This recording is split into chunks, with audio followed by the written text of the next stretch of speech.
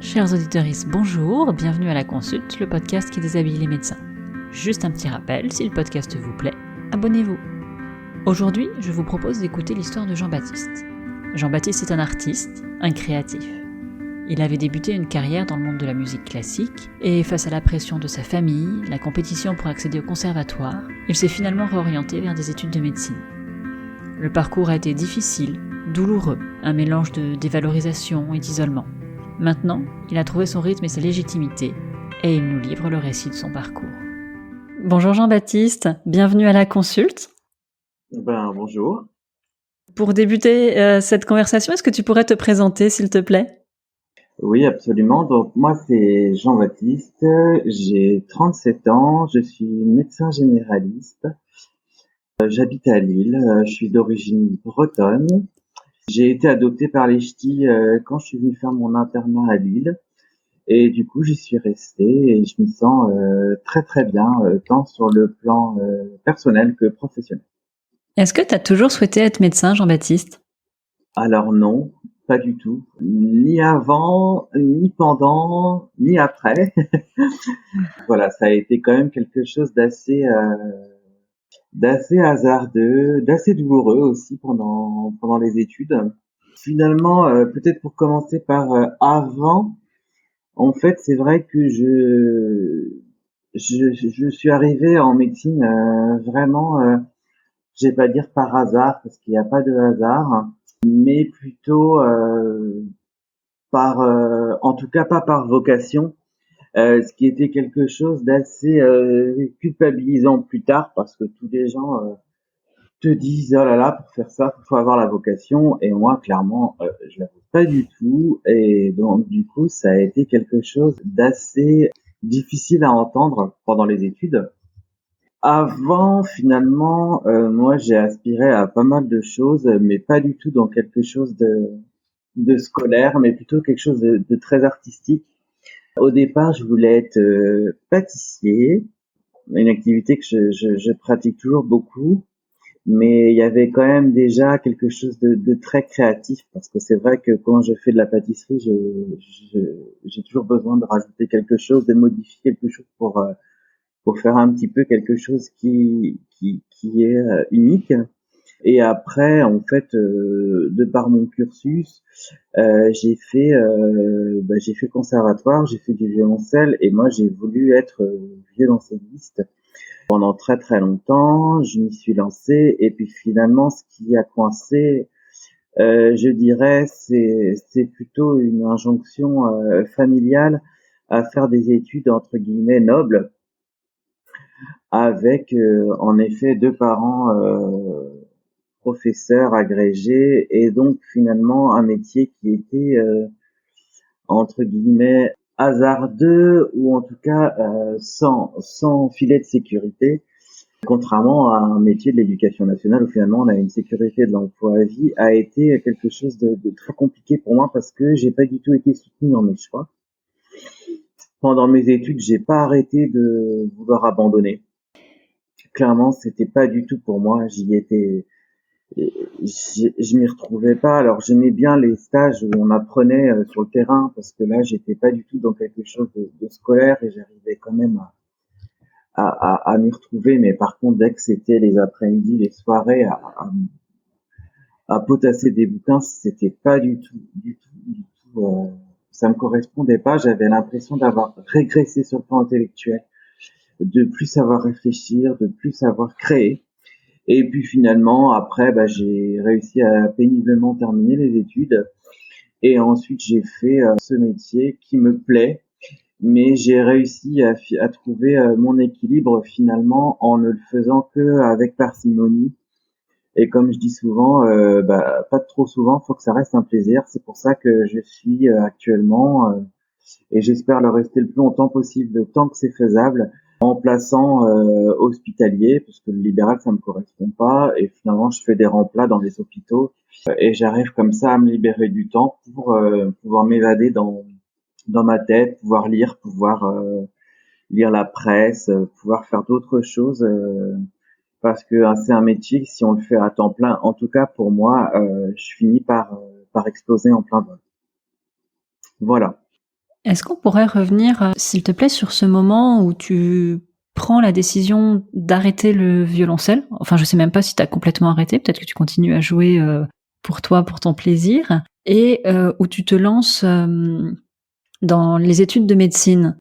Oui, absolument. En fait, donc moi j'ai fait le conservatoire en violoncelle, qui était pour moi vraiment que du plaisir. J'ai jamais connu avant de faire médecine ce que c'était que le trac, ce que c'était que le stress. Ça m'a énormément apporté sur le plan personnel. Donc j'ai fait ça pendant toutes mes études. Forcément, ça a été quelque chose d'assez conflictuel parce qu'on m'a toujours dit.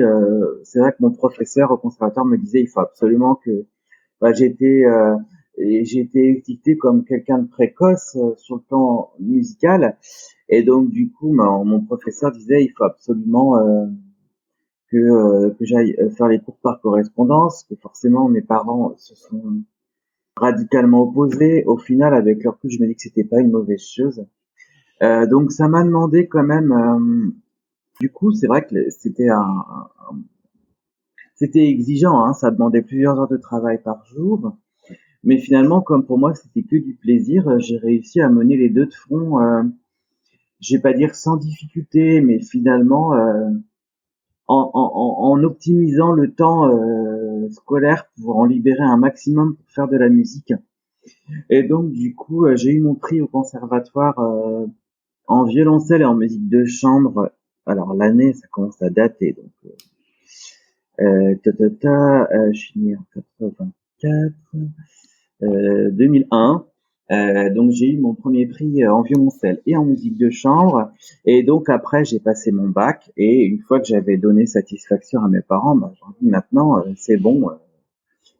Foutez-moi la paix, je veux faire de la musique. Alors, finalement, j'avais réussi quand même à commencer à gagner un peu ma vie grâce à la musique déjà, puisque mes premiers, ce qu'on appelle des cachetons, hein, je crois que c'était en quatrième ou en troisième, donc je me souviens, c'était encore l'époque des francs et j'ai pu me payer une paire de Doc Martens avec mon premier cacheton et j'étais super fier de moi. Parce que et du coup j'ai jamais pris autant soin d'une paire de chaussures parce que c'était mon premier achat que j'avais fait seul à la sueur de mon front.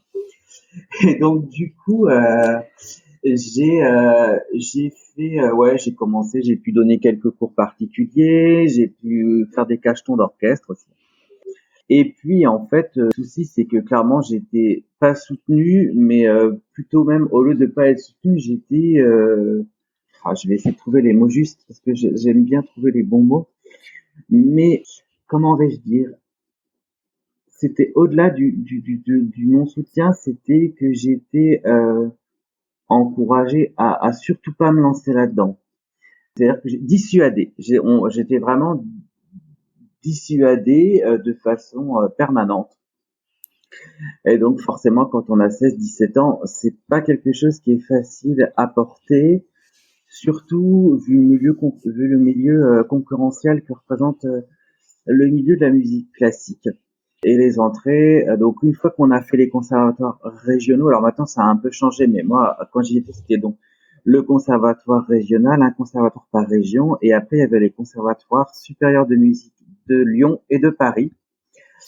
Et donc là, c'était extrêmement sélectif. Donc moi, j'ai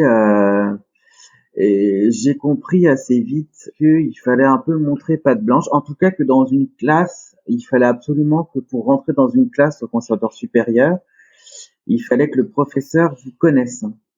Et donc du coup, si je me présentais au concours en tant qu'anonyme sans que le professeur me connaisse, c'était même pas la peine de venir. C'était blackboulé tout de suite.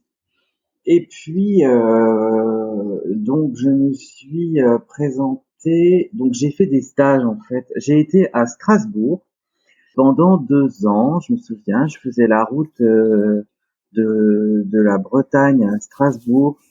Je faisais l'aller-retour avec le train de nuit parce que ça existait encore les trains de nuit, je me souviens.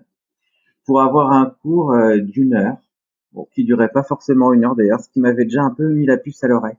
parce que je faisais beaucoup d'efforts pour essayer ouais, c'était une opération séduction auprès du professeur. Et donc du coup, c'est vrai que ça demandait du temps, ça demandait de l'investissement financier aussi pour mes parents.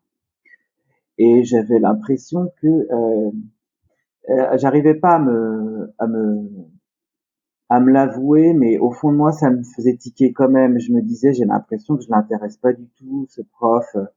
En plus, je venais avec ma prof du conservatoire, donc forcément, il y avait un espèce de le prof que j'allais voir à Strasbourg, il donnait illusion. Mais moi, au fond de moi, j'avais l'impression il y avait rien en moi qui l'intéressait. Et puis après, j'ai fait un stage d'été pendant 3 semaines pour présenter le concours pour le Conservatoire de Lyon dans sa classe. Et là, ça a été clairement la dégringolade. Parce que en fait, déjà moi, bon, j'avais toujours cette espèce de poids à porter de parents qui étaient ambivalents parce que la musique, tant que ça m'apportait pendant le cursus scolaire, ça allait, et une fois que le cursus scolaire était terminé, ça n'allait plus du tout. J'étais plus du tout soutenu. Et je me suis retrouvé aussi entre guillemets hors de mon milieu clos du conservatoire régional pour me confronter aux autres. Et alors là, c'était plus du tout la même histoire parce que c'était extrêmement concurrentiel, c'était peau de vache, c'était pas du tout bienveillant. Et là, pour le coup, ma prof du conservatoire en Bretagne n'était plus là, et donc là, je me suis retrouvé en tête à tête avec le prof que soi-disant je devais absolument impressionner pour pouvoir intégrer sa classe. Et donc finalement, en plus, c'était des stages qui étaient très onéreux. Et le type, il me gardait, c'était des cours d'1 heure, et franchement, j'avais des cours de moins d'une demi-heure, un jour sur 2, voire un jour sur 3. Je me sentais complètement seul, complètement. Ouais, ouais, j'avais donc tout ce poids du parental qui était là, qui était pas parti de ma tête. Et là, je me suis retrouvé, j'avais le sentiment d'être arrivé porté par un milieu clos du conservatoire au niveau d'une falaise, et que là, j'étais en train de sauter dans le vide, mais que j'allais m'écraser et que ça allait faire très mal. Donc du coup, je me suis retrouvé donc avec un prof que je n'intéressais pas, des gens qui étaient vraiment vraiment pas sympas. Je me souviens plus ah oui, je me souviens, j'avais essayé de sympathiser avec les gens qui étaient avec moi. Alors, je me souviens, le premier contact que j'ai eu avec un autre type qui présentait aussi le même concours que moi pour entrer au conservatoire de supérieur, et je lui avais dit, ah ben voilà, qu'est-ce que tu travailles toi comme pièce? Et il m'a repris, il m'a dit, non mais qu'est-ce que tu dis là? Bon, je sais plus c'était quoi le début de sa phrase, mais je me souviens très bien, il m'a dit, je t'arrête tout de suite, moi, tu me dis pas ce que je travaille, mais ce que j'interprète. Bon, là, le ton était donné. Alors après, il y avait des pétasses pas sympas qui étaient moqueuses, qui étaient entre elles, qui se connaissaient déjà. Donc bon, ça a été très compliqué. Mes appréhensions se sont confirmées. Et après, de retour en Bretagne, j'ai discuté avec des amis qui avaient présenté le concours et qui m'avaient dit, c'était d'autres instruments. J'avais une amie pianiste avec qui j'ai gardé contact. Et elle me disait qu'elle avait été très déçue parce que, en gros, il y a 2 tours. Il y a un premier tour.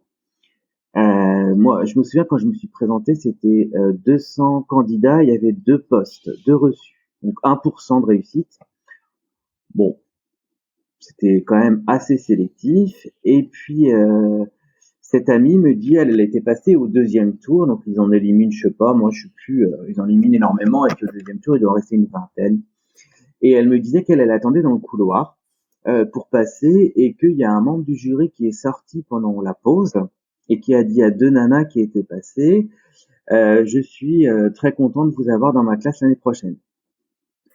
Et ça m'avait extrêmement déstabilisé parce que je m'étais dit, en gros, les dés sont pipés, elle est même pas encore passée, que l'autre, il a déjà fait ses choix, quoi. Bon. Et donc, finalement, ben, j'ai pas su affronter cette pression. toute la sélectivité de ces concours et du coup du jour au lendemain j'ai tout lâché, j'ai tout abandonné et je me suis inscrit en fac de médecine. Voilà, mais je me souviens même que je me suis inscrit en fac de médecine après la rentrée puisque ce stage devait se finir fin août et la rentrée de médecine devait vraiment commencer tout début septembre. Je crois que j'ai tout foutu à la poubelle en l'espace de 24-48 heures et voilà, j'ai plus jamais j'ai tout j'ai tout jeté à la poubelle, voilà. Radical. Ouais, tu as pris ta décision très vite, tu t'es retrouvé en médecine. Alors, la première année de médecine, on sait que c'est assez compétitif et tu t'étais déjà confronté à la compétition et tu l'avais déjà pas forcément très bien vécu. Tu l'as vécu comment en médecine? Parce que en plus, ton bagage scientifique, il datait peut-être un petit peu. C'était comment cette première année de médecine? Alors oui, en effet, parce que c'est vrai qu'il y a quand même eu un petit laps de temps entre la fin du bac et la première année de médecine. Il y a eu quasiment 2 ans. Et en fait, c'est vrai que pour moi, la première année de médecine, pour le coup, ça a été quelque chose de, entre guillemets, pas du tout compliqué. Étonnamment. Alors, par contre, c'est venu après. Mais, moi, avec mon 1% de reçu au Conservatoire de Lyon, quand je suis arrivé en médecine, je crois qu'on était 1500 pour 150 places, donc 10% à peu près. Pour moi, c'était open bar, quoi. C'était vraiment beaucoup moins anxiogène. Et je pense aussi que en musique, j'ai eu la chance de faire pas mal de concerts, de concours, où on jouait sans partition. Je me souviens, quand j'ai passé mon prix au conservatoire, c'était un programme, c'était 45 minutes par chœur. J'avais joué 4 œuvres. Donc forcément, moi, la mémoire, elle avait déjà été tellement travaillée en médecine, en musique, que pour la médecine, ça a été absolument pas un problème. Donc tout ce qui était, franchement, pour moi, la première année de médecine, ça a été mon année la plus simple, vraiment, parce que tout ce qui était histologie, biocellulaire, pour moi, c'était une partition, quoi. C'était une image. L'anatomie, pareil. Finalement, la musique, c'est une langue étrangère. J'ai toujours vécu comme ça. Et pour moi, l'anatomie, c'était quelque chose de visuel qu'on apprenait, qu'on mémorisait comme une partition de musique. Donc ça a été très simple. Pour ce qui est de sciences humaines, machin truc, résumé, c'est vrai que aimant l'histoire de la musique, aimant lire, aimant créer, finalement, pour ce qui était de la portion littéraire, ça a été plutôt ça a été. Et pour ce qui est de la biophysique, j'ai eu une chance inouïe, c'est que j'ai pu me faire aider par quelqu'un de brillant qui m'a bien accompagné pour me simplifier les choses. Et donc du coup, non, la première année de médecine a été pour moi quelque chose de beaucoup moins compliqué. Et c'est quoi qui a été difficile ensuite? Et ben en fait, ce qui s'est passé après, c'est que mon cerveau en fait, la première année de médecine, je me suis enfermé. C'est pas vrai, mais c'était pas très long. En plus, c'était septembre-mai. Bon, ça a été. J'ai vécu mon petit boui-boui. J'avais pas besoin des autres, parce que c'est quelque chose de. On fait de la musique de chambre, mais si je fais un parallèle, hein, le violoncelle, c'était quand même seul dans une pièce pendant 8-10 heures par jour à travailler une partition. Donc voilà, ça m'a pas, ça a été une continuité. Mais malgré tout, je me souviens, pour moi, j'ai dit tout à l'heure que je connaissais pas le stress. Et c'est vrai que en première année de médecine, c'était quelque chose d'assez, comment dire. Si je fais un parallèle, en gros, en violoncelle, je me souviens que c'était quelque chose d'extrêmement jouissif. C'était de tellement maîtriser son sujet qu'on pouvait vraiment se faire plaisir. Il y avait après la subjectivité de l'interprétation d'une partition. Bon, certes, en première année, c'était pas le cas, mais il y avait quand même quelque chose où on était tellement au-dessus du truc qu'on arrivait à maîtriser en long, en large, en travers. On pouvait jouer la partition à l'envers, voilà. Et je le vivais comme ça en première année. Sauf que, ce qui s'est passé, c'est que comme j'ai tout foutu à la poubelle du jour au lendemain dans quelque chose de très créatif, et en deuxième année de médecine, j'ai toujours gardé cette façon-là de travailler. Bon, ça a commencé à pas bien se passer parce que j'étais épuisé moralement par cet apprentissage qui n'était plus du tout créatif, puisque finalement, on s'arrêtait à la portion maîtrise absolue avec quelque chose de presque métronomique, et finalement je crois que j'ai pas du tout réussi en essayant de superposer l'apprentissage d'une partition, quelque chose de millimétrique, métronomique. Et ben j'ai continué à travailler comme ça. Donc forcément, avec tout ce qu'il y a à savoir, je me suis épuisé, je ne savais plus tout. Et donc j'ai découvert que c'était le trac, mais un trac paralytique que je n'avais jamais connu, alors que j'avais joué en public devant 200, 300, 500 personnes sans problème. Et là, j'arrivais devant une pièce et je faisais demi-tour. J'étais plus capable de me présenter aux examens, j'étais paralysé par le stress et surtout, j'étais épuisé. Je n'arrivais plus à me dire, bon ben, si tu sais les grandes lignes, c'est pas grave, ça ira. Moi, je voulais tout maîtriser du début à la fin. Et donc, du coup, ça a été le début des ennuis. Donc, troisième année, j'ai fait une dépression extrêmement sévère. Je suis resté enfermé pendant 1 an. Je suis pas allé aux examens. J'ai redoublé. Pareil, deuxième, troisième année, il y avait des moments terribles où en fait il y a des examens où je suis arrivé devant la pièce et me disant que je ne connaissais pas tout, j'ai rebroussé chemin.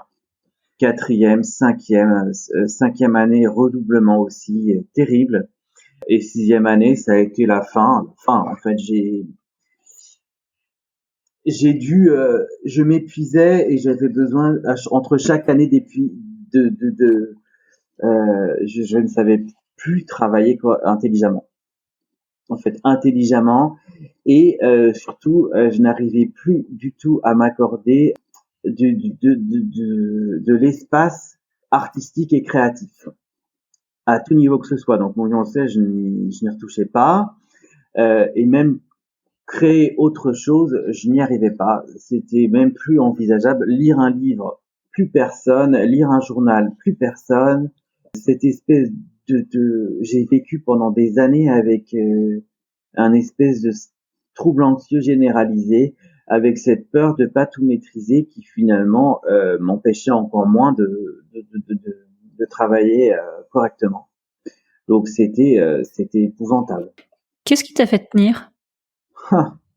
Alors franchement, je sais pas.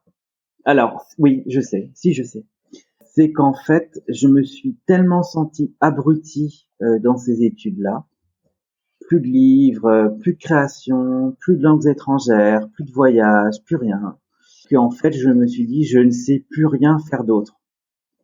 Je me sentais stupide. Je me sentais vraiment abruti par les études de médecine. J'avais l'impression que je n'étais quelqu'un, je ne savais plus rien faire d'autre que ce truc-là. Et donc du coup, j'ai eu envie d'arrêter tout le temps. Il y a eu 2 choses qui m'ont fait tenir, c'est ce sentiment que de toute façon, je n'étais plus capable de rien faire d'autre, et aussi le poids social qui faisait que arrêter médecine pendant les études, c'était quelque chose de de de de je vais pas dire oui, d'inenvisageable, d'inconcevable, parce que le plus dur était soi-disant la première année de médecine, sauf que pour moi ça a été tout le contraire, ça a été de pire en pire chaque année, et c'était certainement pas la première année de médecine l'année la plus difficile. Et donc du coup, ouais, ce qui m'a fait tenir, c'est ces 2 choses-là, c'est que on n'arrête pas les études de médecine en cours, ou si peu, et moi j'ai toujours été admiratif des gens qui ont eu le courage d'arrêter. Même si aujourd'hui je regrette pas d'avoir tenu. Et puis ce sentiment d'être complètement débile et de plus rien savoir faire d'autre. Et quand est-ce que le plaisir est revenu? Enfin, je corrige. Quand est-ce que le plaisir de faire de la médecine est arrivé? Alors moi ce que j'ai fait, c'est que forcément après le concours de l'internat, je me sentais à moins que rien. Forcément, j'ai repassé ma 6e année au fond du plumard à attendre que ça se passe. Donc l'internat ne s'est pas bien passé. Et puis de toute façon, moi je me suis dit, j'avais vraiment une dévalorisation de moi-même. J'avais l'impression de plus rien valoir. Donc je me suis dit bon bah c'est tout. Tu vas faire un boulot alimentaire. Tu vas aller dans un bureau et tu vas. J'avais envie d'être dans un bureau pendant 30, 40 ans et d'attendre que la vie passe. Il y avait quand même quelque chose de foncièrement dépressif là-dessous. Parce que je n'avais pas le courage d'arrêter. Et donc, et je pense surtout que j'avais besoin de 1 an ou 2 sabbatiques, sauf que c'était très compliqué et puis que c'était très mal vu aussi. Donc du coup, j'ai pris santé publique avec l'image de la santé publique, bon, qui s'est avérée complètement erronée et heureusement parce que ça m'a fait beaucoup de bien. Mais l'image que j'allais être dans un bureau, voilà, un petit peu façon Romain Duris dans l'auberge espagnole, là, quand il se barre en courant, c'était un petit peu ça, mon image, sauf que moi, j'allais pas partir en courant, quoi. J'allais trier les dossiers jaunes avec les dossiers jaunes et les bleus avec les bleus. Et c'est comme ça que je me projetais dans la vie. Avec leur coup, je me dis, dis donc, super perspective d'avenir. Je devais vraiment plus être très très objectif. Mais malgré tout, je suis arrivé à Lille. Alors ça a été quelque chose aussi, malgré tout, de salvateur dans le plaisir de reprendre goût à la vie de manière générale. Hein. Parce que j'ai découvert l'accueil lillois avec mes collègues de travail qui, comme j'arrivais d'ailleurs, m'ont dit viens Jean-Baptiste, on va aller boire une bière, on va te présenter la ville, voilà, des choses assez plaisantes, en tout cas, qui m'ont donné goût oui, à la vie sociale, déjà, premièrement, parce que ça, c'était parti aussi. Et puis, finalement, progressivement en santé publique, j'ai eu la chance de travailler, j'ai commencé à l'ARS. Et en fait, j'ai eu la chance de rencontrer des équipes extrêmement bienveillantes, qui m'ont fait confiance et qui m'ont progressivement autonomisé et qui m'ont permis aussi de me révéler en tant que médecin. En tout cas, que j'étais plus l'externe débile qui était méprisé et maltraité. Parce que les études de médecine, moi, elles ont été extrêmement maltraitantes. Peut-être qu'on y reviendra plus tard. Mais en tout cas, là, j'ai trouvé des gens bienveillants. J'ai commencé à être autonomisé, à me sentir bien dans mon travail et à aimer ce que je faisais. Et en fait, je faisais de l'épidémiologie, infectiologie, donc pour moi, c'était assez intéressant. Et puis là, il y avait aussi, pour moi, j'ai trouvé quelque chose de l'ordre de la création. Parce qu'il n'y avait pas de recette, il y avait pas, il y avait plein de choses nouvelles. Je découvrais, j'apprenais autrement que bêtement dans un livre, 9 heures le cul sur une chaise à la BU, à la bibliothèque universitaire. Et donc du coup, là, j'ai commencé à aimer ce que j'ai fait. Et puis j'avais pris de la distance avec le soin, puisqu'encore une fois, les études de médecine avaient été tellement maltraitantes que moi, je voulais plus foutre un pied à l'hôpital, je voulais plus entendre parler de tout ça. Et puis après, qu'est-ce que j'ai fait après l'ARS je sais plus, mais bon, progressivement, je me suis rendu compte que la santé publique.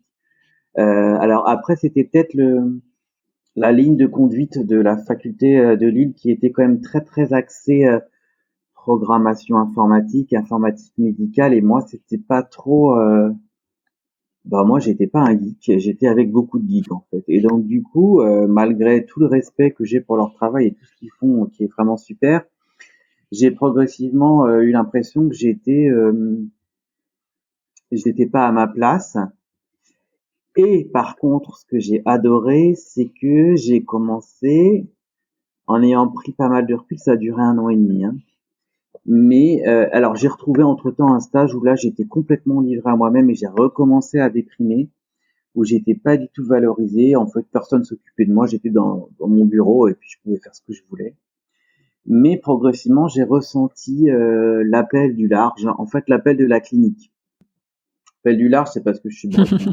L'appel de la clinique, de la médecine clinique en tout cas. Et donc de revoir des patients, de réapprendre à aller au contact des patients. Et puis progressivement, j'ai été dans un stage de santé publique en médecine préventive où j'ai pu revoir des patients. Mais c'était pour moi une belle transition parce que c'était en douceur. J'ai pu voir des gens qui allaient bien, des gens qui allaient moins bien, des visites médicales de routine, mais j'y étais bien.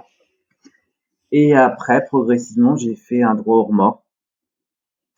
Et j'ai fait de la médecine générale où j'ai pris vraiment du plaisir à faire mon métier de médecin, mon cursus de médecine en tant que cursus universitaire a été plus compliqué, par contre, parce que j'ai eu le sentiment que le fait d'avoir fait un droit hors mort était quelque chose de très mal perçu. Et donc, j'ai eu le sentiment qu'on m'a vraiment pas facilité la tâche pour passer ma thèse. Mais bon, voilà, j'ai surmonté les obstacles, encore d'autres, et puis maintenant, bah, j'ai eu ma thèse et je suis le plus heureux. En tout cas, je suis le plus heureux, je dirais pas ça. En tout cas, j'ai réussi à trouver un équilibre avec j'ai fait un CDI, hein, mais à 100%, et puis j'ai pas tenu la distance parce que je me suis rendu compte que j'avais besoin. Peut-être parce que j'ai appris aussi à connaître. On connaît souvent ses défauts, mais pas forcément ses qualités. En tout cas, c'est compliqué de se les avouer. En tout cas, moi, j'avais l'impression que c'était peut-être vécu comme quelque chose de prétentieux. En tout cas, j'ai compris que c'était pas le cas, et je pense que je suis quelqu'un de très empathique et de très sensible, probablement en lien avec la musique classique. Et donc cette empathie et cette sensibilité fait que j'ai besoin, pour bien faire mon métier, de régulièrement prendre du recul. Et donc c'est vrai que souvent je travaille par tranche de 4 à 6 semaines et après je prends 2-3 semaines de distance pour penser à autre chose et pour revenir et vraiment faire mon métier et faire comme je l'aime en prenant le temps d'écouter les gens, de les comprendre et d'intégrer aussi la prise en charge d'un patient avec qui il est. Voilà, donc ça s'est fini comme ça. Est-ce que, aujourd'hui, tu te sens légitime dans ton travail? Ah, ça a été quelque chose d'extrêmement... C'est pas encore acquis. C'est pas encore acquis, mais ça va mieux. Mais pendant très longtemps, je me suis senti complètement illégitime. Ouais, je me suis senti vraiment... C'est marrant parce que j'ai l'impression que ce mot légitime résonne vraiment en moi comme quelque chose qui m'a fait beaucoup souffrir, mais que maintenant ça va mieux et que j'ai l'impression que je n'arriverai plus à... J'ai presque enterré. J'ai du mal à me souvenir pourquoi je me sentais illégitime. Si, probablement parce que j'avais tellement souffert pendant mon externat que et puis étant mal classé parce que vraiment en grande souffrance psychologique, j'étais pas compétitif pour passer l'internat et donc forcément arrivé interne, si on est mal classé, on est catégorisé comme des gros nuls et on vous le fait bien comprendre. Et c'est aussi ce qui m'a été mis en avant quand j'ai fait mon droit aux morts et quand j'ai eu des difficultés pour finaliser ma thèse, que finalement mon classement à l'internat n'était pas étonnant par rapport au fait que je sois toujours pas thésé et que j'ai du mal à finaliser parce que forcément j'étais mal classé et donc que j'étais nul. Ce qui en fait avec le recul n'était pas le cas parce que j'ai quand même, malgré mes contre-performances en concours et en examen, parce que avec ce stress de se dire je ne sais pas tout, donc je ne sais rien, avec le recul, je me dis j'ai quand même toujours beaucoup travaillé, même si j'arrivais pas à passer les examens.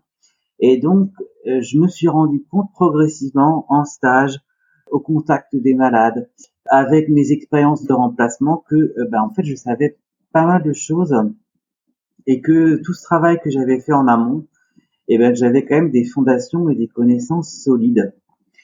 Et malgré tout, je suis content d'avoir autant travaillé par le passé parce que maintenant je ne me sens pas. Je trouve que le proverbe du médecin généraliste qui sait rien sur tout et le spécialiste qui sait tout sur rien, et finalement je me retrouve assez dans cette définition du médecin généraliste. J'ai l'impression que j'arrive à toucher à peu près à tout correctement et donc que je ne suis pas largué dans dans une situation professionnelle.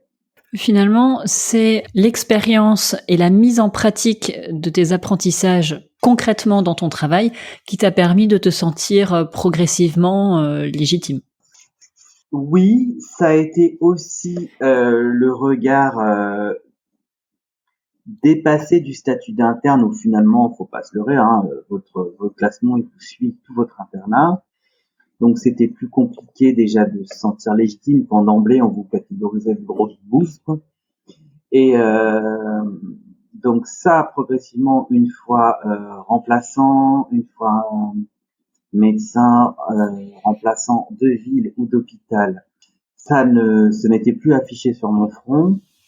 J'ai trouvé dans le regard des patients progressivement, oui c'est ça, quelque chose de satisfaisant. J'ai commencé à recevoir des boîtes de chocolat, des mots. Ça, c'est arrivé à interne aussi.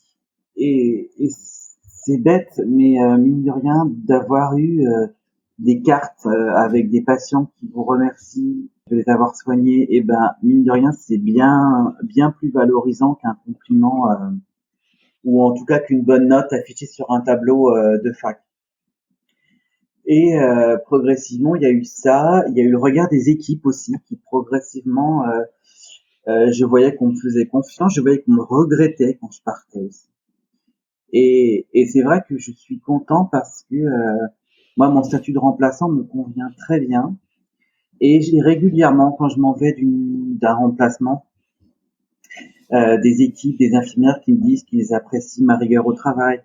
Ils aiment beaucoup travailler avec moi. Et en fait, finalement, je me dis tout ça, ça a été très douloureux, mais que ça valait le coup. Et que maintenant j'ai enfin trouvé, même si je ne retouche pas à mon violoncelle et que c'est pas encore gagné, malgré tout j'ai réussi à, j'avais hypotrophié mon hémisphère. Moi je pense qu'il y a un cerveau artistique et un cerveau mathématique cartésien, et que le cerveau cartésien des études de médecine avait tellement bouffé, phagocyté mon cerveau artistique, et que là progressivement mon cerveau artistique il reprend sa place. Et je vais finir par y arriver. Mais je trouve que en tout cas je prends le bon chemin, mais au prix quand même de grandes difficultés et de grandes souffrances qui pour le coup n'ont pas du tout été entendues, dépistées, accompagnées pendant le cursus. C'est plutôt même j'ai eu le sentiment qu'on me mettait la tête sous l'eau et qu'on ne sait surtout pas qu'elle ressorte. On va y revenir juste après, mais avant il y a une question que j'ai envie de te poser. Est-ce que tu crois qu'il y a une place pour la créativité dans l'exercice de la médecine ? Alors, l'exercice de la médecine. Donc, je recontextualise, hein, parce que forcément, avec toutes les études qui m'ont été très très difficiles, je vais pas aborder cette partie-là. Je trouve que c'est compliqué. Non, clairement non. Non, parce que malgré tout, il y a une place, en tout cas pour laquelle moi j'accorde de l'importance, et c'est aussi pour ça que j'ai quitté le libéral. Il y a une place pour l'écoute, il y a une place pour la musicalité de la voix humaine, je dirais, pour écouter les gens. Moi, je trouve que j'ai la chance, finalement, en tant que remplaçant, de repartir avec ma conscience professionnelle parce que finalement, j'ai la chance de pouvoir m'asseoir sur le bord d'un lit d'un patient et l'écouter. Et ça, c'est un luxe, je pense, dans notre médecine d'aujourd'hui. En tout cas, c'est un luxe qui est complètement superflu quand on fait du libéral. Et en fait, cette possibilité d'écouter les gens, de prendre le temps, m'a fait du bien. Mais par contre, la créativité, absolument pas. Parce que de toute façon, derrière, on a toujours l'injonction du protocole, l'injonction des recommandations, l'injonction d'une médecine qui se procédurise, je sais pas si c'est exactement le terme, mais en tout cas l'injonction de faire ce qui est attendu dans les recommandations, et si c'est pas le cas, d'avoir quand même la peur ou en tout cas l'épée de Damoclès de la poursuite. Donc non, clairement pas. Peut-être plus dans les, je pense, mais alors je m'engage peut-être sur un terrain que je connais mal, mais je pense que j'aurais tendance à dire oui dans l'art thérapie. Finalement comme peut-être dans l'ergothérapie, peut-être que je connais très mal, mais dans ce que je connais en ce moment de la rééducation, où finalement, oui, il y a peut-être quelque chose de plus créatif parce qu'il n'y a pas une recette magique pour un symptôme, en tout cas une lésion secondaire A. Et peut-être que si finalement c'est intéressant parce que finalement je me dis que moi si mais alors vraiment elle est minime, mais je me souviens de cette vidéo, on voit une mamie qui a la maladie d'Alzheimer en Espagne et qui se met à danser sur le lac des Cygnes et les soignants lui ont mis le lac des Cygnes et elle s'est mise à danser et ça lui a fait du bien.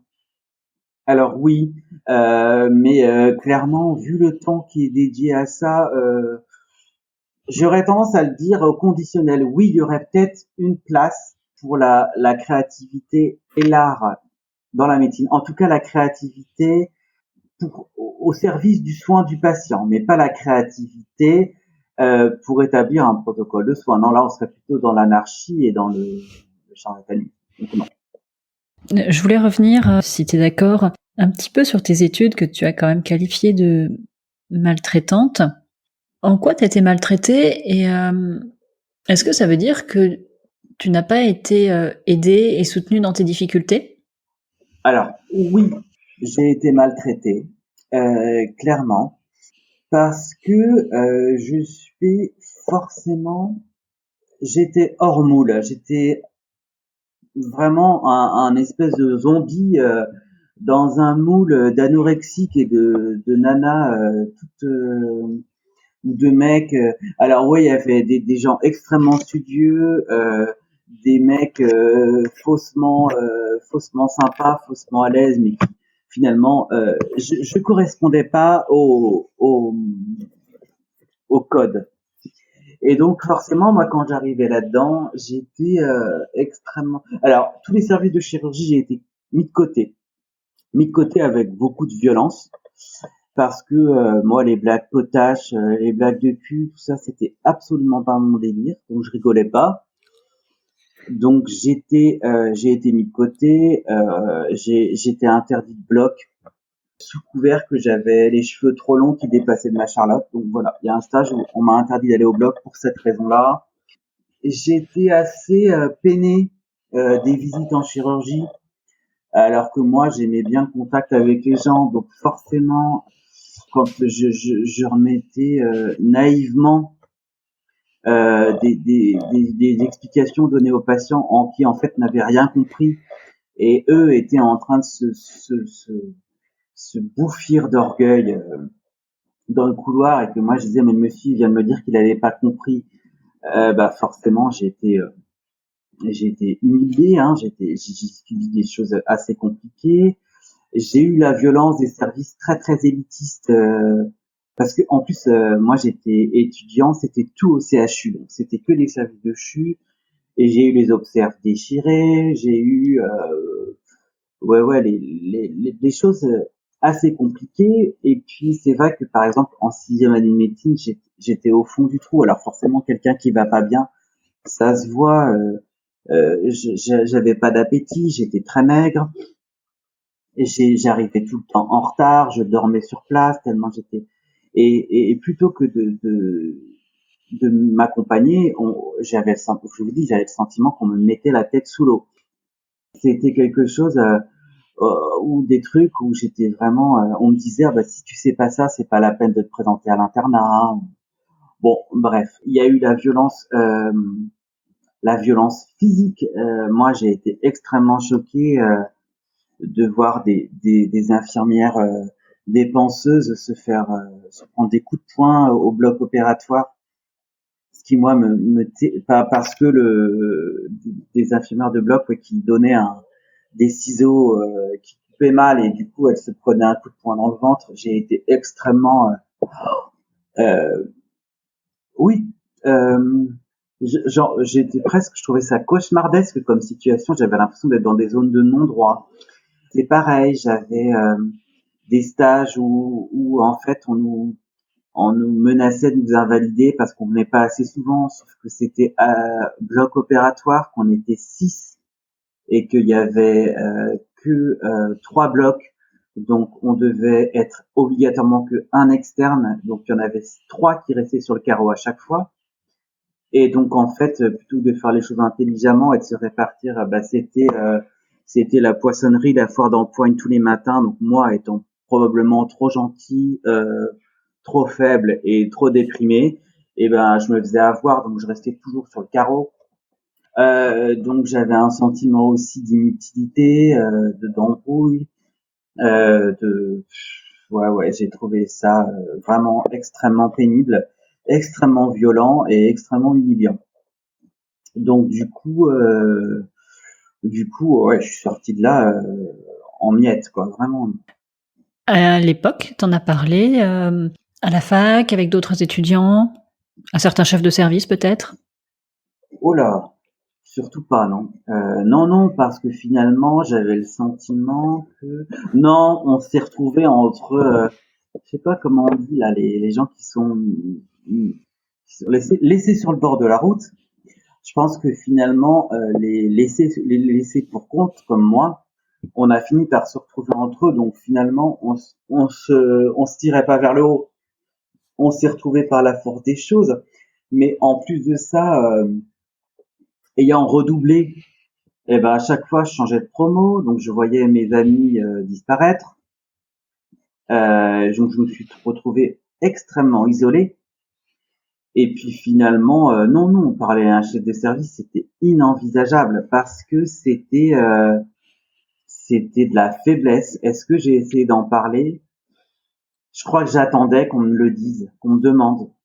Tellement j'étais incapable et je pense que c'était tellement écrit au milieu de mon visage que j'étais pas bien du tout et j'attendais qu'on me pose la question. Et ouais,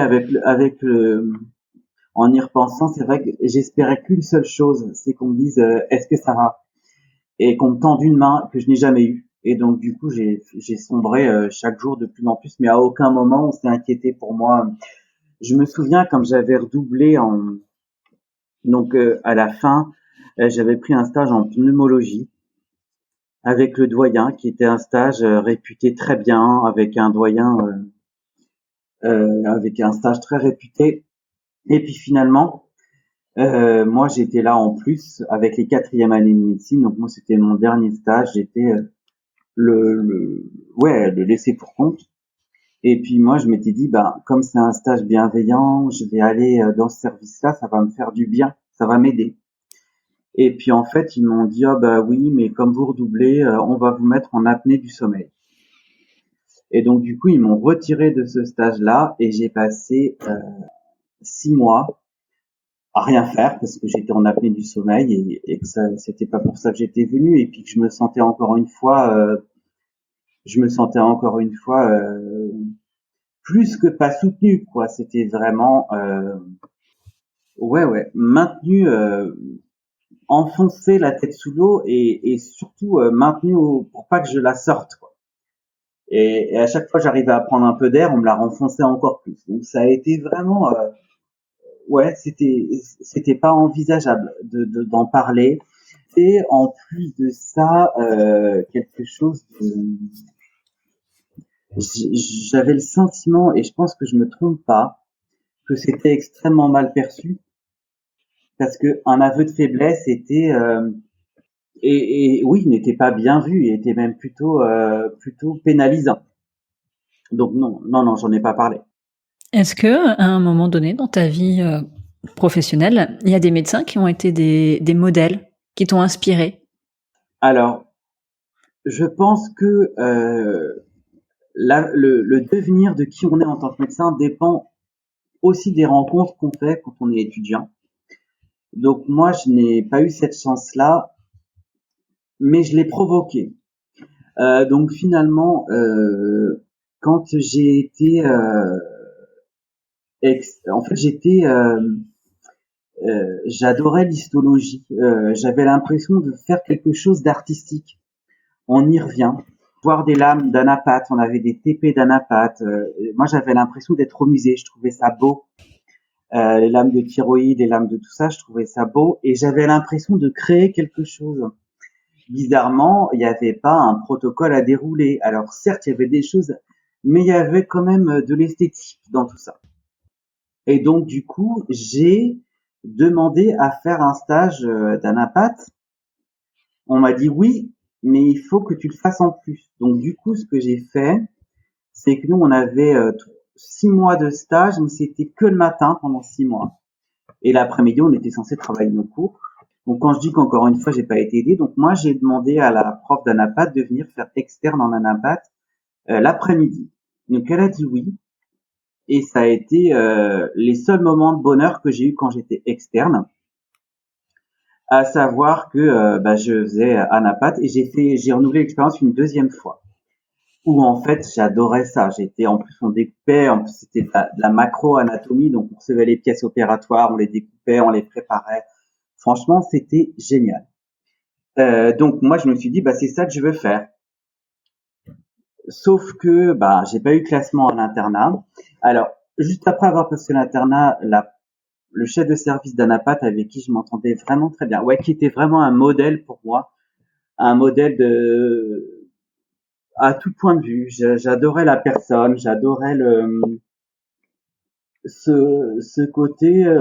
C'était quelqu'un de très qui s'en foutait complètement du regard des autres. Et ça m'a probablement aussi beaucoup plu parce que moi, étant quelqu'un d'un petit peu extraterrestre, en tout cas complètement hors moule, c'est vrai que ça m'a été forcément reproché. Et cette femme-là qui était insensible à ce qu'on pouvait penser d'elle, qui était brillante, qui était dynamique, qui était positive, c'était pour moi un modèle. Malheureusement, en fait, après l'internat, j'ai fait 4 mois de faisant fonction d'interne dans le service d'anapathe parce qu'il y avait un interne qui était malade. Donc là, j'étais responsabilisé en tant qu'interne. Je me souviens, c'était super. Et puis ayant beaucoup travaillé en histologie, je me souviens quand j'ai été externe et que je faisais mes stages là-bas, il y avait des choses que je savais que les internes ne savaient pas. Donc pour moi, c'était valorisant aussi. Et ça me faisait du bien à mon estime qui était vraiment réduite à pas grand-chose. Et puis j'ai fait 4 mois de FFI. J'étais le plus heureux du monde. Je voulais faire anapathe. Et puis j'ai pas eu le classement forcément, vu que j'avais pas travaillé ce qu'il fallait. En tout cas, j'étais incapable d'apprendre à la façon dont il fallait apprendre pour réussir à l'internat. Et donc du coup, j'ai pas pu l'avoir. Ce qui a été encore plus douloureux pour moi, c'est que les personnes qui ont pris anapathe dans cette fac là où je voulais aller, sur les 3 internes d'anapathe qui ont pris ça, il y en avait 2 qui ne connaissaient pas du tout l'anapathe, qui l'avaient pris un peu de façon hasardeuse parce qu'il y avait aussi le côté prestigieux de prendre une spécialité. Donc, qui l'avaient pris et qui ont abandonné au bout de 6 mois. Donc, il y a 2 postes qui sont restés vacants, alors que moi, c'était vraiment quelque chose où je sais que j'aurais pu être très heureux sur le plan artistique. J'aurais pu associer les deux. Bon, après, maintenant c'est du passé, mais malgré tout, si on me disait aujourd'hui, demain tu vas faire de l'anapathe, je serais quand même très content. Jean-Baptiste, le temps passe et je vais du coup te poser la dernière question du podcast. Quelle est ta tenue de travail ? La tenue professionnelle ou la tenue sous la blouse ? Alors, je parle plutôt de la tenue professionnelle, mais écoute, tu peux me parler de ce que tu veux. Alors, oui, je dis ça parce que moi je déteste avoir les pieds enfermés dans des chaussures. Donc ma tenue de travail, c'est toujours des Birkenstock. Les Birkenstock, c'est la vie, surtout pour travailler. Et je travaille en blouse, toujours manche courte. Et voilà, sous la blouse, je suis habillé normalement, il n'y a aucun problème. Juste une petite question. Tu n'as jamais peur de ce qui pourrait tomber sur tes pieds? Non, parce que figure-toi que j'ai changé. Maintenant, ils ont sorti des Birkenstock super sympas, en forme de sabot, mais avec le talon qui est non enfermé. Donc du coup, je marche avec mes sabots, le talon dans le vide, et dès que je suis à mon bureau, j'enlève mes sabots et je me mets pieds nus. Donc je n'ai pas peur de ce qui peut me tomber sur les pieds. Je te remercie Jean-Baptiste pour ton témoignage. J'espère, s'il y a des étudiants en médecine qui les écoutent, qui pourront se dire je suis pas seule, parce que je suis persuadée que cette petite phrase, elle peut être aidante parfois. Je crois aussi, ouais. Et je pense que c'est quelque chose qui mérite qu'on s'y intéresse beaucoup plus que ce qu'on ne fait. L'épisode est maintenant terminé et j'espère qu'il vous a plu et inspiré. Je vous invite à me rejoindre sur le compte Instagram de la consulte @podcastlaconsulte ou sur le compte Twitter @podlaconsulte. J'attends avec impatience vos retours sur l'épisode que vous venez d'écouter et j'attends également avec impatience vos propositions d'invités ou vos témoignages de médecins. Pour soutenir le podcast, je vous serai très reconnaissante d'en parler autour de vous et de mettre une note 5 étoiles avec un commentaire sur vos applis de podcast. Merci de m'avoir écouté jusqu'ici et à bientôt.